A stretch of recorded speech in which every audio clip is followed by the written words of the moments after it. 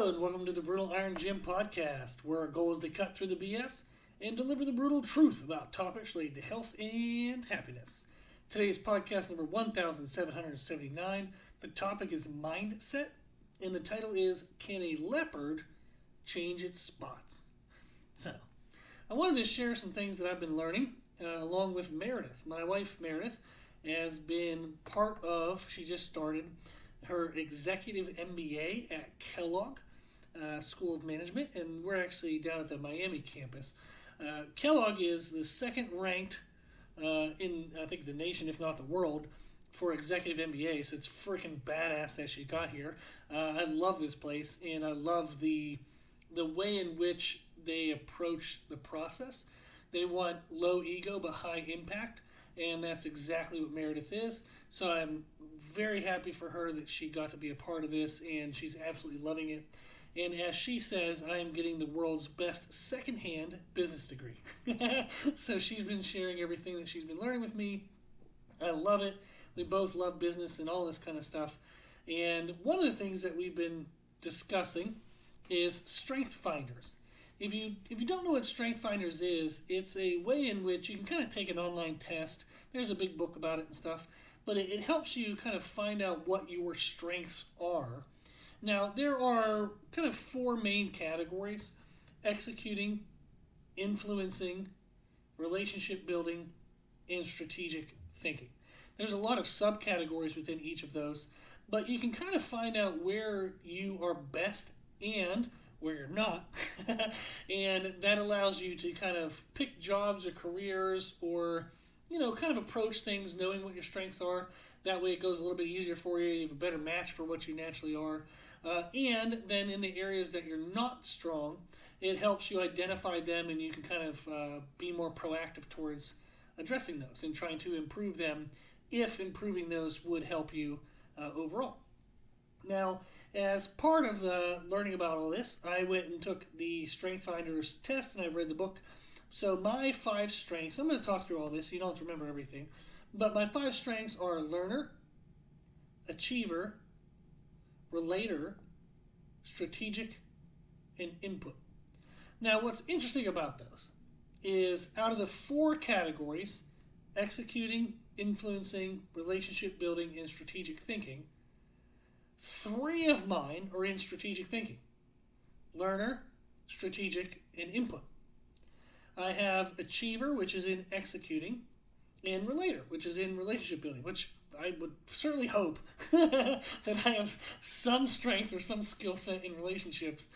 Since doing online coaching and in-person coaching for 20 years, I hope that I can relate to people. So, glad to see that one in there. But what I was kind of disappointed to not see, and what struck me as very fun and exciting because it's an opportunity, is that I didn't have any strengths in influencing. Which is kind of funny because I do a lot of online work. I know the term influencer is used a lot, and it typically means, kind of negative connotation. But with online marketing, you're trying to influence people to maybe want your product or what you're trying to sell, however the hell you can keep your business alive. So I would never influence somebody to try to take advantage of them, but I would like them to at least be engaged in what I'm presenting. I would like to be able to present it in a way that seems relatable to them. So I would want to have some type of influencing skills. And again, not in a negative connotation, but in a positive way. So when I didn't see any, I was like, oh crap, that's not good. So the subcategories of influencing are activator, command, communication, competition, maximizer, self-assurance, significance, and winning others over. I didn't rate high in any of those. And I was like, oh no.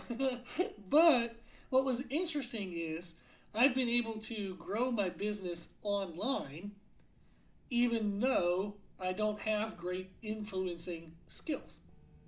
What's been interesting is through the podcast, through online, kind of, you could say marketing, but posting on social media, I have been able to be very successful with online coaching. I have over 50 one-on-one clients, and from over not over, but I have 50 one-on-one clients, including people from 7 countries, which is insane and freaking awesome, and I love it. It's hysterical to use the metric system compared to the American system, and keeping all that straight, but the metric system makes way more sense. I wish we would switch over, but that's been crazy. I talked to somebody the other day as I have a client in Hawaii and I have a client in New Zealand, which are like the 2 extreme ends of time zones. So that's been fun. I actually have a thing on my phone that shows me the location of all of my clients and what time it is of the day. So that way I know when to best communicate with them. So it's been super fun. I absolutely love it. Love, love, love, love, love, love, love being able to work with people online, because you just get such exposure to neat and fun people. It's just really cool. So I actually have been able to, in my business, only work in person whenever I want. So I'm actually completely remote now, and I actually have been so for over a year. So I have been, it was part of the transition with 2020, and then also we had some family health issues that I had to change everything I was doing to help support that. So we'll leave it at that. But I had to make a lot of changes, a lot of changes from 2020 through 2021 in order to be the best I could be for my loved ones and still make a living doing what I love and still being able to help people and honor the gift that I believe God gave me and what I can do. So there was a lot of transitions, a lot of changes, but I've been able to be successful. I make a good living doing what I do. I get to do what I love, and I get to help people. That's freaking best thing you can ever ask for, and I'm very, very, very blessed. So I thought it was interesting that I don't rate high in influencing, but yet I've been able to be successful. Why? And I thought it through, and I was like, well, I've actually been able to use my strengths, but I've applied them in the ways that address and make up for my weaknesses. So as a learner, I'm always trying to learn new things. I'm excited about new things. I think it's fun. It just invigorates me. Like when Meredith and I come, when she gets done with her classes and we start talking about what she learned for the day, I'm wide awake, wired, even if it's like midnight or 1 in the morning. I am so fired up, super excited. I love talking about new ideas, new concepts.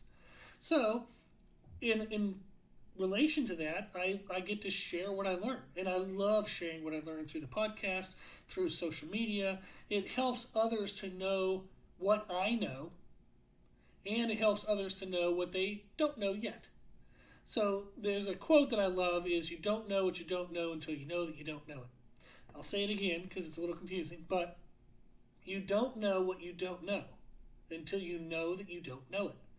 Why I love sharing content is not only am I getting to help people, but I'm getting to expose people to things that they didn't know they didn't know. Therefore, they're then like, holy crap, I didn't even know that, but this guy seems to know it. Maybe I should hire him. Maybe I should get him to help me. Maybe I should listen to his podcast more. Maybe I should check him out on Instagram or follow him on YouTube. So it lets people know what I know, and it lets them know what they don't know yet. That's very helpful. That helps with online marketing. My second strength was achiever. So I'm driven to achieve my goals, even if they're not things that are natural for me. So I'm not a natural influencer, especially not in mass population. I'm much better at one-on-one communication. That's all I've done my whole life basically with personal training. So I might not be natural at influencing through social media, but I'm an achiever. So I'm a driven person to where if I want to achieve it, I damn well will. That's also hard because if I don't want to achieve it, I'm not going to work at it, and that's a downside. But that I've had to work on myself is if I'm not fired up or motivated for something, I'm very hard to get myself to do it, even if I have to. But if I want to do it, even if it's not natural for me, I'm fired up and excited, and I will do it. My third strength is relator. So once I get a client, I show people, and I believe that it comes across that I care. I try my absolute freaking best with what I can control in life to communicate with everyone as often as I possibly can, to share as much knowledge as I possibly can. I try to do a lot of it through the one-on-one journal, but a lot of it does have to be also through the podcast. So I hope that my clients also listen to the podcast so that way they can learn more. But I try to just push a lot of content out there because I just love helping people. I know what it feels like to make those changes, those growths, to see new things and see how that can influence your life. And I love that feeling, and I want to give that feeling to other people. There's a quote that says, people don't care what you know until they know that you care. And I hope that for my clients, they all know that I care. And that helps people then stay with me. I have good client retention. So I've had clients I've worked with for over 10 years. I have clients I've worked with since before I opened Brutal Iron Gym. And part of that has been just that once you're in my inner circle, I'll give you everything I got, and hopefully that comes across and you know that you're cared for. You then build a bond that you know I'm invested into your life, and I appreciate your investment into mine so I can do what I love as a job. But Relator is a strength that I can use to communicate and show my care for others through online marketing. My fourth strength is strategic. So I can learn about influencing strategies and create methods to apply them. I'm very strategic in the way I think. So, okay, if I'm not good at XYZ, what are the things that people do that are good at XYZ? How can I implement them into what I do? What can I do per day, per week, per month to make sure I'm doing those things? Put together this program, and then, bam, start crushing it. My fifth strength is input. Input is similar to learning in that you're always wanting to gather new information, but input is, in a sense, how it's shared with others. So as I learn things, I naturally organize them in my mind in a way that they can be taught to other people. I have taught at the university level for 7.5 years. I have a teaching certification as my undergrad degree. I am a teacher by nature, and that's what I do in my personal training sessions. So if you count personal training sessions as teaching sessions, I've been doing this my whole damn life. I've been doing this since I was 16 years old. I was helping friends, teaching them exercises, started getting paid for it when I was 18. I'm about to turn 40, so I've been doing this for a long, long, long time. So when I learn information, I don't think, how does this help me only? I also think, how can I use this to help others? And that's that difference of learner versus input. So my weakness would be influencing. And that weakness can be viewed as a spot or a blemish on me. Something that I am just born with, or something I'm stuck with, something I have to bear for life, right? I believe we all feel that we have spots, that we have blemishes, that we have weaknesses, that we have things that we can't overcome. But I'd encourage you to try. Those spots can be viewed as opportunities. I think to myself, is if I can improve in that area, how will that improve my overall life? And how can we improve our weaknesses is by leveraging our strengths.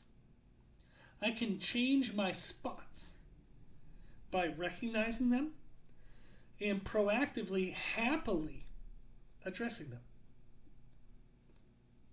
If you believe you have spots and that they're holding you back, I'd encourage you to acknowledge them, maybe even write them down, make a list, but also acknowledge your strengths. List your strengths. It's important to recognize what you are good at, because then you can think of ways to use your strengths to help address your weaknesses. So for me, I might not rank high as an activator, But I can be mindful that once I have a strategy in place, that I create movement to complete it. I might not rank high in command, but I can listen and read books, listen to and read books on charisma, which I have done, a lot of them. And I can learn how to better outwardly display my personality. I think I'm a pretty fun person, but it definitely does not come across sometimes in social media because I tend to be careful with what I say and careful with how I portray myself. Doesn't mean I'm always doing well. It just means I'm mindful of it. But I would love to be able to better outwardly display my inner self. I've worked on my inner self for a long damn time, and I think I've gotten a lot better. I know there's a lot more to go, but I'd be okay with sharing that.